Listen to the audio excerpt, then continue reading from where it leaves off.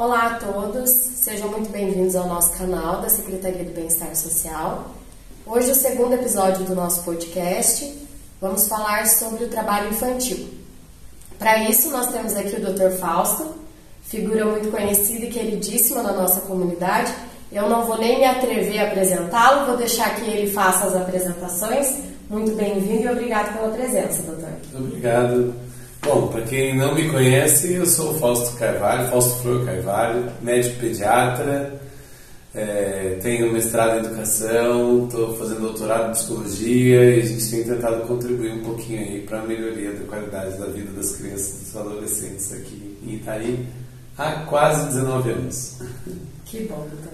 Vou fugir um pouquinho do roteiro, tenho umas perguntas aqui para fazer para o doutor a respeito do trabalho infantil, mas antes disso, doutor, da onde saiu a paixão pela pediatria? É uma boa pergunta, né? Eu não pensava em ser médico, na verdade eu pensava em fazer direito, eu pensava em ser advogado. Até que no segundo ano, na Unesp, a gente foi num evento e eu gostei muito da parte da medicina e fui para a medicina. Na medicina eu queria ser médico, queria me formar médico, pensei em ser gastro, oftalmo, otorrino, várias áreas eu me encantei, mas quando eu passei na pediatria eu falei, é aqui, né?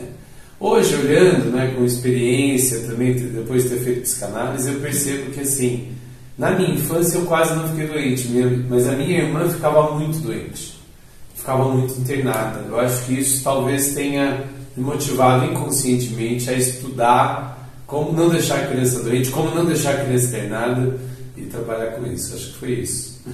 A gente agradece, doutor. Muito querido, doutor, por todos. Excelente profissional. Nós temos aqui no nosso painel vários cataventos, que é o símbolo do combate ao trabalho infantil, que ele representa a parte lúdica, a alegria, né, da criança, além do movimento e a mudança, porque nós precisamos mudar essa história das crianças trabalhando e tendo responsabilidades que deveriam ser dos adultos. Isso compromete o desenvolvimento da criança. Com certeza. E é muito recente, né? Você está falando de 2002, esse século. A minha mãe, com 7 anos, ela trabalhava. Eu estava conversando essa semana com ela, ela estava lembrando. 7 anos ela trabalhava, limpando, passando escovão nas casas. Que hoje a gente nem sabe o que é isso, mas era um negócio pesado para passar, para encerar, para dar brilho no piso de madeira, né? Eu trabalhei a partir dos 14, eu trabalho desde os 14 anos, né? Então a gente tinha essa coisa de muito cedo de trabalhar. E hoje a gente sabe que precisa mudar essa mentalidade, até porque para a criança o brincar é trabalho, né? E isso é importante, especialmente até os 12, 13 anos, isso é muito importante. E a gente precisa de um preparativo para as pessoas trabalharem no seu potencial máximo e não só para sobreviver como era antigamente. Tá certo, doutor. Lembrando que o Brasil é referência no cuidado, na garantia do direito de criança, na lei. Né? Sim, na prática, né, o Estatuto da Criança e do Adolescente, que é de 1990, ele traz aí várias garantias do direito da criança, que muitas vezes elas ficam só no papel, né?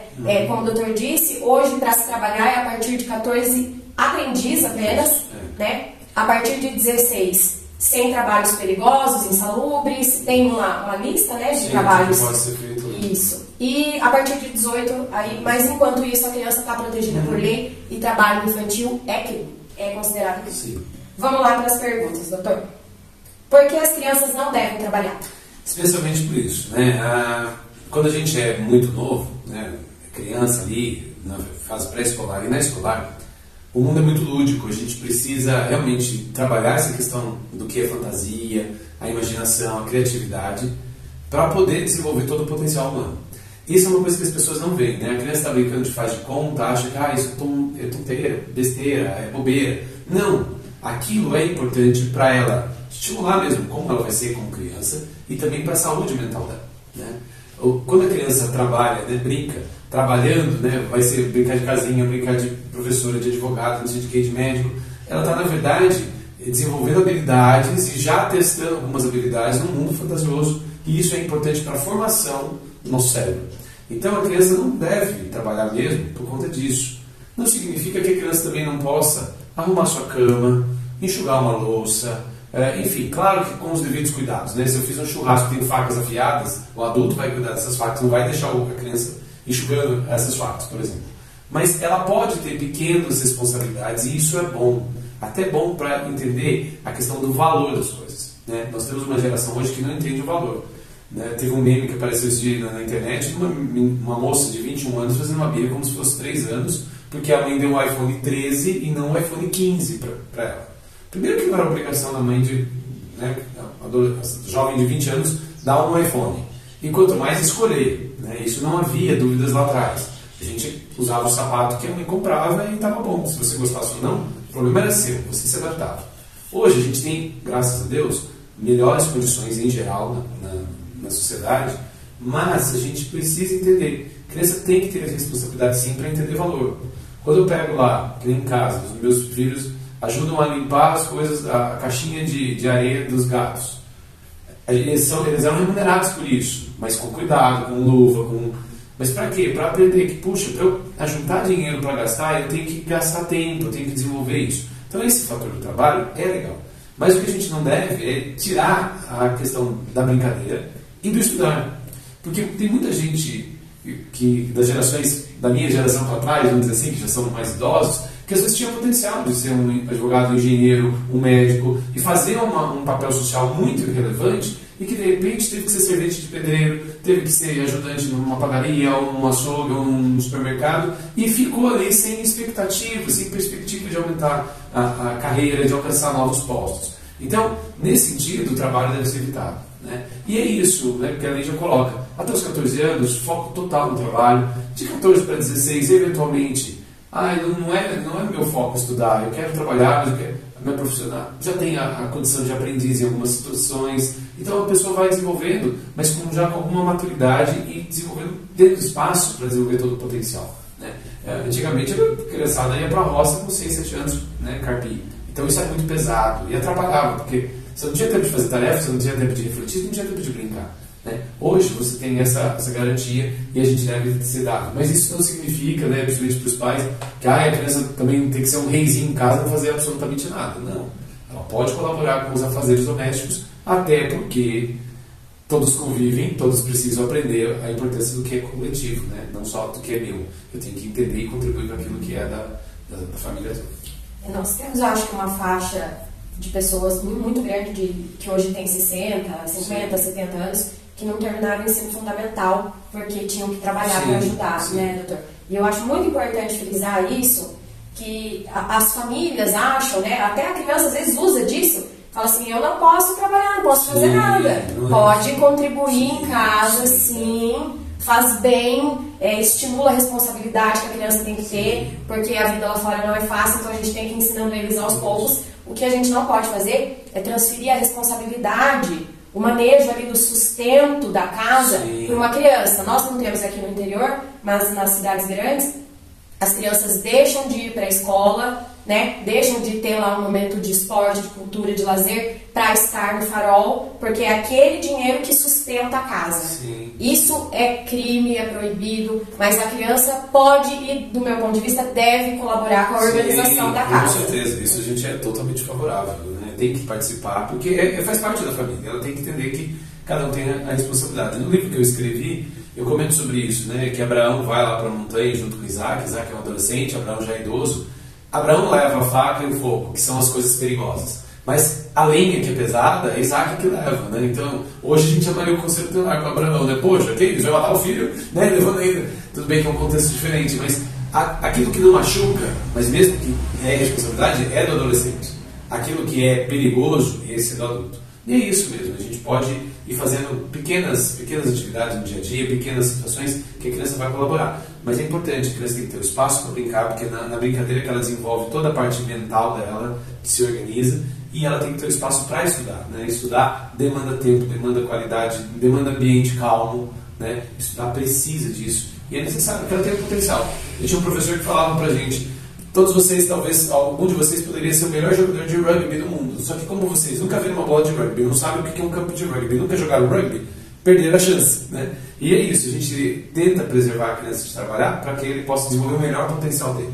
Essa é a ideia. A gente tem que oportunizar, né, doutor? Mas colaborar é saudável, viu, gente? Pode colaborar. Com certeza. Vamos lá. Que tipo de responsabilidades os pais têm e os adolescentes? A responsabilidade do pai é justamente manter a provisão na casa, né? E claro que a gente sabe que a situação econômica nem sempre é fácil, às vezes há momentos difíceis, há momentos que as pessoas precisam apelar à Secretaria do Bem-Estar Social e a entidades que ajudem a manutenção, às vezes falta o básico. Mas o papel do pai é esse, né? Uma vez que você teve o filho, né, ou engravidou e vai ter o filho, a partir daquele momento, pai e mãe são responsáveis pela sustentação daquela criança até os 18, 19 anos, não tem dúvidas nenhuma. Agora, o adolescente tem a responsabilidade de colaborar na casa, tem a responsabilidade de estudar, porque é um absurdo falar, não deu tempo de estudar, tem todo o tempo do mundo, né? Tem que desenvolver o seu potencial, viu que não gosta de estudar, não é aquele caminho e tal, aprender alguma habilidade, né? Num projeto, num curso, isso é bacana e é responsabilidade do adolescente. Então, a família tem a responsabilidade de dar o sustento, né? Mas o adolescente pode ir trabalhando dentro dessas questões legais e de repente ganhar um pouquinho de dinheirinho ali que vai ajudar, né? É aquilo, porque nós temos uma sociedade que acha que o iPhone cai do céu, né? Usando de novo o exemplo, não é assim, né? Eu tenho pacientes, crianças que chegam no consultório, eles chegam no posto de saúde com um celular melhor, de maior tecnologia que o meu. Eu tenho 25 anos de formado, eu tenho 50 anos de vida, eu tenho trabalho desde os 14 e não gasto naquilo. Então a gente vê também, o pessoal tem um foco muito grande em aquisições que dão status, né? Sendo que o essencial da vida é o alimento, é o lugar para dormir, é o conforto, é o relacionamento de amizade e de proteção da família e dos amigos, o bem-estar familiar. Então, eu acho que os valores estão muito invertidos e a gente tem que ter cuidado com isso. Então, pai, é claro, você pode dar um arroz, um feijão, um bife parmegiana, ótimo, seu filho, mas você pode só dar a polenta com o frango, ótimo também. Não tem condição, vamos procurar ajuda das entidades e vamos trabalhar, mas a responsabilidade de colocar o arroz e o feijão ali é sua, pai e mãe, né? Você que tem que sustentar e a gente tem os mecanismos todos legais, isso vocês sabem melhor que eu, mas é essa a responsabilidade. O adolescente tem a responsabilidade do quê? De estudar.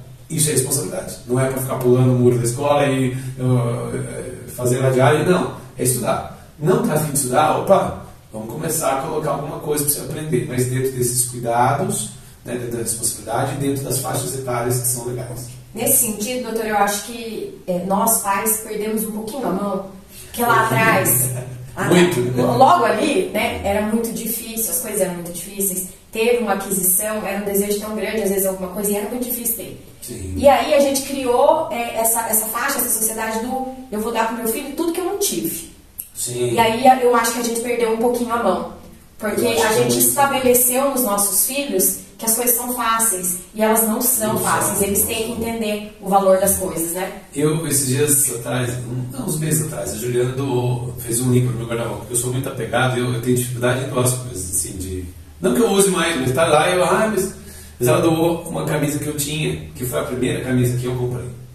Eu levei 2 meses de trabalho, lá com 14 anos, para juntar dinheiro, para ir lá na loja, chegar na vitrine e falar, eu quero aquela camisa para mim. Tinha um valor sentimental. Tinha um valor sentimental, né? E agora acabei doando, porque não serve mais, eu gordinho do jeito que eu tô, não cabia mesmo. Mas assim, eu acho que essa construção, né, de onde a gente vai chegar é importante, né? Você ter sonhos é importante. A gente vê uma geração também de adolescentes que às vezes não tem ambição nenhuma.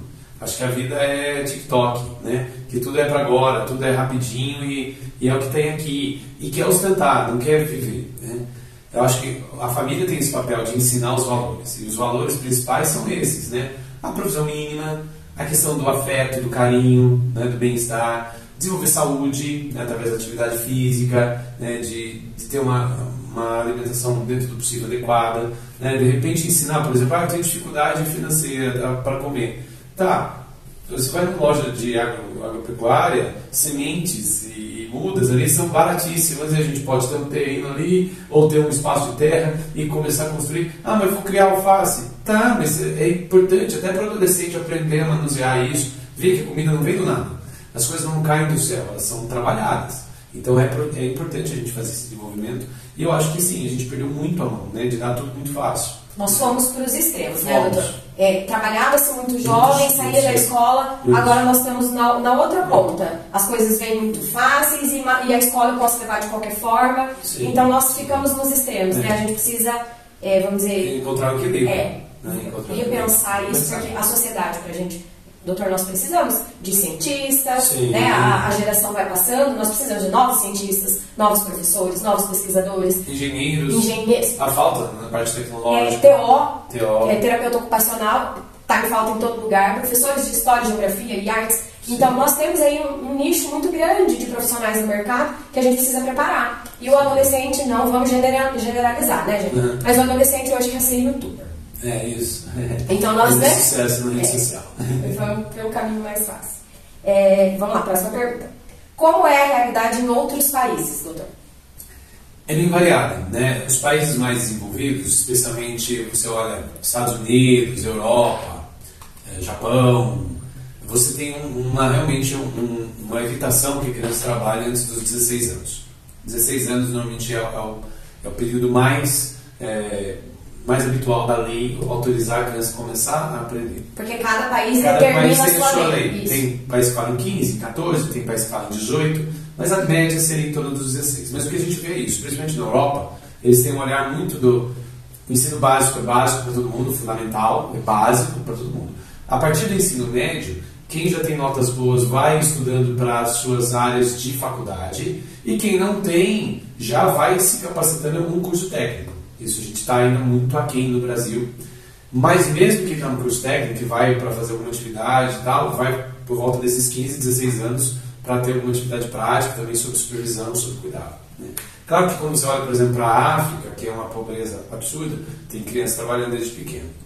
Há países como o Japão, que tem uma cultura do trabalho muito forte. Né? No Japão, a gente nota, as crianças limpam o banheiro da escola. E pode ser ajuda a servir a merenda, primeiro-ministro, ajuda a servir merenda. Então eles têm muito embutido que esse cuidado, esse trabalho do cuidado coletivo é de todos e as crianças participam. É educacional. Né? É educacional. E não acho que eles estão de todo errados. Eu acho que eles têm muito... Claro que a rigidez da sociedade japonesa é muito séria, que quando a pessoa não se destaca como muito boa, existe a questão do suicídio, de depressão, que é muito alto lá. Mas eu acho que a gente precisa caminhar para esse meio termo. Né? A responsabilização das coisas em coletivo é nossa. Né? A criança que quer um negócio na escola, ela tem que entender que ela está quebrando da escola, mas é dela, do amigo, da família toda. A gente precisa, como um todo, como um coletivo, participar. Não é porque uma coisa é pública que ela é para eu detonar. Não, é pelo contrário. Como é público, eu tenho que cuidar melhor, porque de todos. Né? Então essa mudança de mentalidade a gente precisa. Mas a maioria dos países leva muito a sério isso. Antes dos 16 anos não se trabalha. Né? Pelo menos trabalho formal, trabalho para dar renda. Né? O trabalho desse formativo, coletivo, existe, mas dentro dessas questões. Mesmo no Japão, que a criança de segunda série, terceira série, está lavando o banheiro, é dado máscara, é dado luva, é ensinado como fazer. Então não é uma coisa também assim, vai lá, criançada, vocês são escravos. Não. Tem toda uma supervisão, tem todo um cuidado. E a gente tem que ter esse olhar que o trabalho pode ser feito, existe espaço para o trabalho, mas a criança precisa do espaço para estudar, para brincar, para desenvolver. Eu acho bem honesta essa fala do doutor, que às vezes o adolescente ele não gosta de estudar. Isso acontece, né? Vamos ser honestos, né? Mas ele não gosta de estudar, mas ele tem habilidades em algumas coisas, né? A gente tem que explorar isso, incentivar isso nos adolescentes. Não gosta de estudar, não gosta de português, não gosta de matemática, mas gosta do agro. Vamos incentivar. Então, habilidades todos temos, né? Todos a gente precisa temos, do incentivo, exato. né, doutor? Nem todo mundo gosta de tudo, né? E eu acho que assim, a escola, infelizmente, é um modelo de escola nossa ainda é um pouco atrasado, porque ela privilegia quem tem um raciocínio de memória e relacional, que consegue relacionar fatos. Isso é bom. Eu, por exemplo, sempre fui bem nisso. Eu sempre fui um ótimo aluno. Quem não tem essa facilidade, tem dificuldade, vai ficando para trás. Esse é o problema. A gente precisa... Tem gente que tem inteligência musical. Isso. Ela tem espaço para desenvolver a parte musical. Isso. Tem outro que tem inteligência corporal, que vai ser um bom bailarino, uma boa dançarina, uma boa bailarina, um bom jogador, né? Habilidade motora. E de repente a parte do esporte, ou da dança, ou do teatro, seja a afinidade. Então a gente ainda tem que desenvolver mais as escolas, como a gente perceber esses valores e trabalhar. A família pode, de repente, liberar. A gente vê que tem muita gente que eu ia fazer tal faculdade, largou, fui ser ator, fui ser jogador, porque ele tinha uma habilidade que era maior do que aquilo. Né? Agora, a gente tem que também trabalhar, né, com uma posição mínima. Aí que está. Né? Não é porque o sujeito é um pedreiro. Né? Eu, por exemplo, o pedreiro que fez as minhas casas aqui em Itaí, Ele estudou pouco na escola, mas ele tem uma habilidade matemática que às vezes ele discutia. Absurda, né? Mas, engenheiro, aqui não dá, porque essa viga aqui vai sustentar tantos quilos, isso não pode. Né? Então, era uma pessoa que talvez tivesse oportunidades, teria crescido mais, sido engenheiro, sido um grande construtor, e teve a sua habilidade podada. Então, acho que a gente desenvolver cada habilidade, e o pai desenvolver, aproveitar. Não é legal, por exemplo, uma criança que tem dificuldade em matemática e português na escola, não está afim, adolescente. Mas pega um equipamento eletrônico, desmonta e monta, vamos procurar um curso que tenha isso, vamos ver onde que tem, hoje em dia tem tanta coisa no YouTube, deixa a criança desenvolver, de repente ele vai trabalhar com programação, reparo de computadores, é uma coisa que hoje precisa muito, né? E está faltando um profissional que lide com isso, e às vezes a habilidade está ali e não é percebida. Lembrando que a escola do Estado agora está caminhando, sim, para esse né? caminho, É um começo, tímido sim, ainda, sim. Mas como a gente tem muito contato com as escolas, a gente vê o tamanho do esforço, né? Estão todos aprendendo a trabalhar com o ensino integral, e tem esse espaço, tem aula de projeto de vida, tem algumas outras coisas. Sim. Acho bem bacana, acho que vai de encontro com essa fala. Sim, né? A gente precisa começar e acho que estamos começando. Vamos lá? Qual a importância da orientação vocacional para jovens e adolescentes? A importância da orientação vocacional justamente é isso, abrir caminhos, né? Porque para a orientação vocacional a gente precisa pensar duas coisas. Quem é aquele adolescente? O que ele é? O que faz parte dele? Porque a gente associa muito quem é com a profissão. Né? Quem é o adolescente? É o pediatra. Né? A associação é direta com a profissão.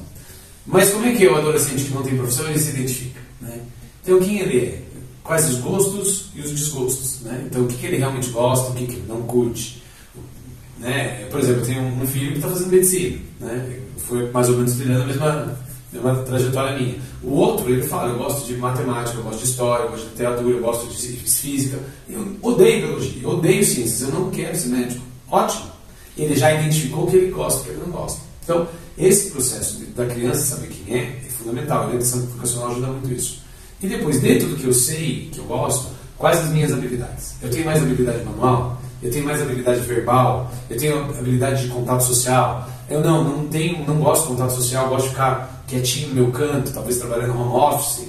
Né? Então eu preciso entender quais as minhas habilidades e as minhas dificuldades, porque aí eu vou pensando quais as oportunidades que eu tenho. Porque você pega, por exemplo, em medicina, há uma vasta gama de áreas, né, na medicina.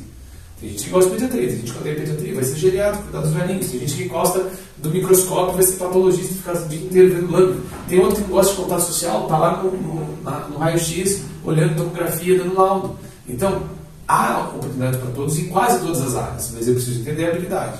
Porque se eu não sei qual é a minha habilidade, eu acabo às vezes entrando só pela oportunidade e me frustro demais. Porque daí eu queria ser músico e estou aqui construindo um prédio. Era uma fala que eu gostaria de chegar, doutor, porque quando nós, adultos, trabalhamos frustrados numa profissão que não nos traz felicidade, a gente desenvolve questões psicológicas. Sim. Né? Transtornos, vamos dizer, ataque de ansiedade, depressão, entre outras coisas, alcoolismo, né? São coisas que a vida adulta não é fácil, a gente sabe disso. Sim. Né? Os boletos estão aí.